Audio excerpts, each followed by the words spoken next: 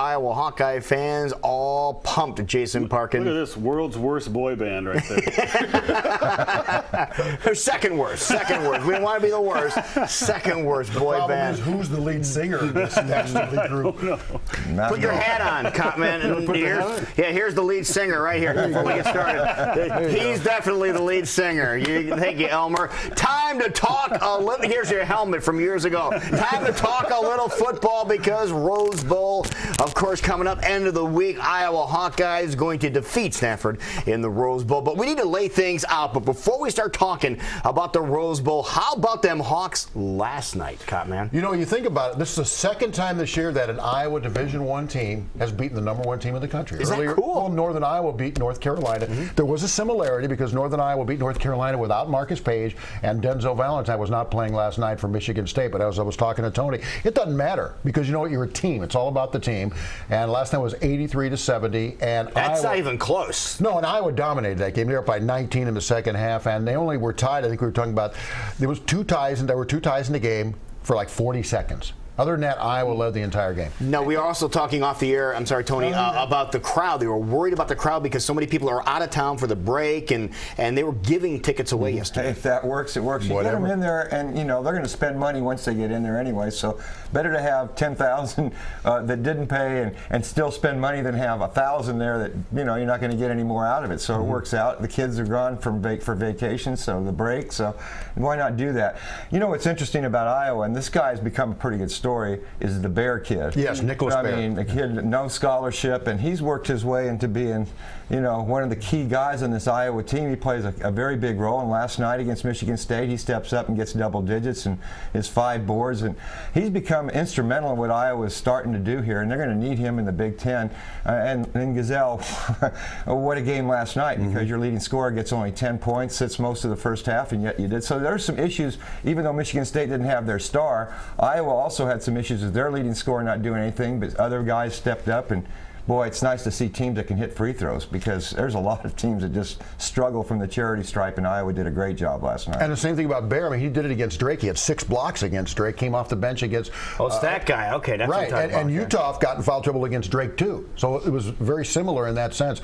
He's something else. I mean, he's a terrific player. I mean, you just really like him. And like you said, Gasol was just taking it in the hole. 23 points last night was just terrific. So you know, at the bottom of the end of the day, at the bottom of the line, when it says who won the game, they don't say, oh, well, Michigan State didn't have their star, so it didn't matter. So it doesn't matter. Well, they have enough All-Americans on there. Their one star doesn't. I mean, when you compare Michigan State's roster to what Iowa brought to the table last night, at home or away, they still had a few more All-American or 5-star players that Iowa does not have. So I mean, that they can say what they want. Sure, you have maybe the best player in college basketball out, but that's still they still have plenty of talent in that team. I've heard people matching up Iowa's 5 starters against Michigan State, and it was like 4-1. Michigan State was better at every position. All right, so we need to talk Hawkeye Rose Bowl, so maybe this will give them a little momentum, Tony.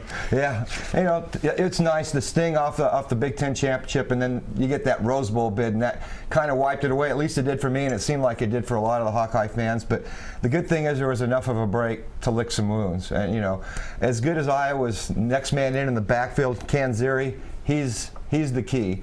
He's their best back. He's their most consistent back, and I think that if he can come back healthy, that's going to be a big boost for the Hawks in the Rose Bowl. But it's still a running back by committee, and they do a great job with that. Well, you know, the running back everybody's talking about is Christian McCaffrey, who finished second in the Heisman balloting, and I was looking up his numbers: 3,496 all-purpose yards, including he ran for 2,000 or 1,847. He was their leading pass receiver, 548 yards, and he ran back kicks.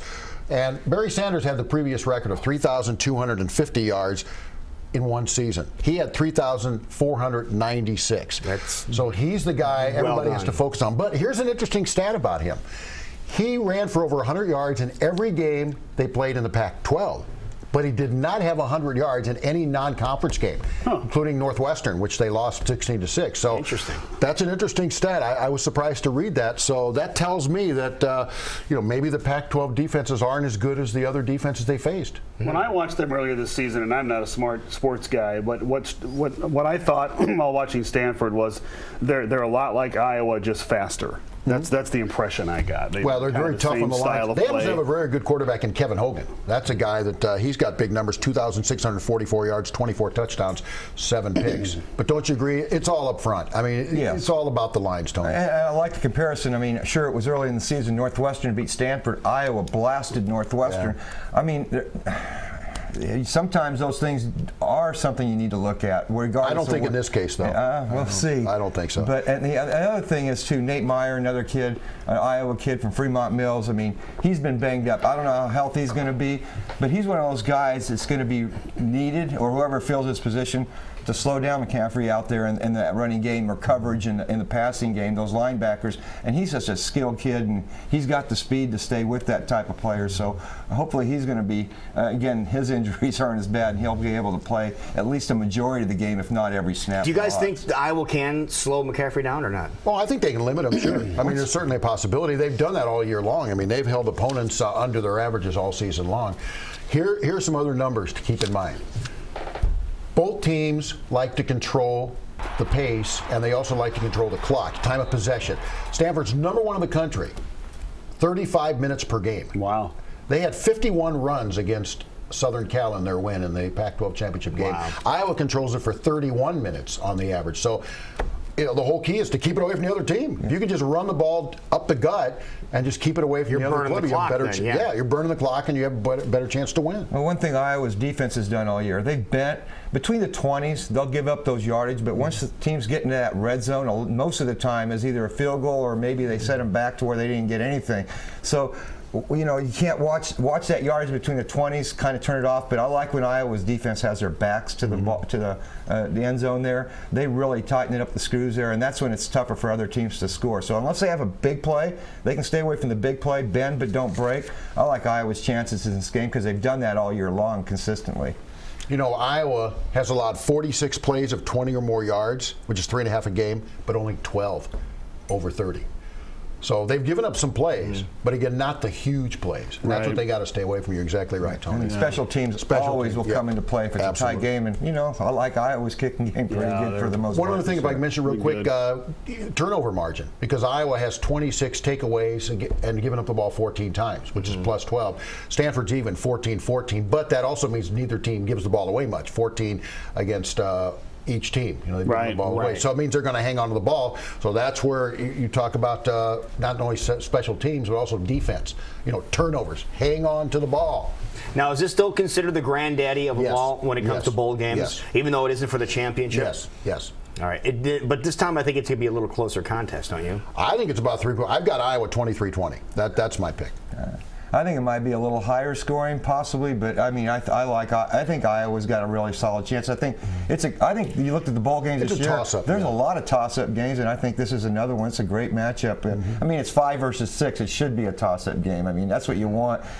Hopefully, we won't be brokenhearted like the Michigan State game. The other thing to point out, Beathard. They've kind of contained him at the last half of the year to make sure he could stand up at the end of the year. This is the last game of the year. I've got a feeling that Beathard's going to probably pull down that football a few more times than he has in the past. And when he does that, that really opens up the playbook for Iowa, because now you got to learn how to you got to contain him. So I think watch Beathard's footwork a little bit more in the running game as he looks. There's nothing there. Things break down. He'll take off running more than he did in the second half of the season, because in the first half when he did that, Iowa was rolling with Beathard running the football. Well, and he's healthier now. Yeah. He's had time to rest and heal up. All right, Cop Man, you said, what, 23-20? I got 23-20 Iowa. 23-20 Iowa. Okay, Tony? I'm going to say 30-21 Iowa. 30-21 Iowa. Okay. All right, we're going to check your stats. We'll compare notes coming up on Monday morning. How does that sound? Before we go, I want to let you know some big news involving this man right here, the Cop Man's book. You said just made the... It's now in the Barnes & Noble database, so we'll have a book signing over there. There you go. Check that out. Cop Man's book, the biggest Rolodex in sports. And yes, in fact, he does have it. Just ask him. He'll show you. Carries it everywhere he goes. Check that out. And it's one of the old ones that you spin like this, too. I'm going to write I Love Naps. That'll be my book. I know all about that. How long will it be? That's just it. You got to fill those pages with something. Maybe just color photos.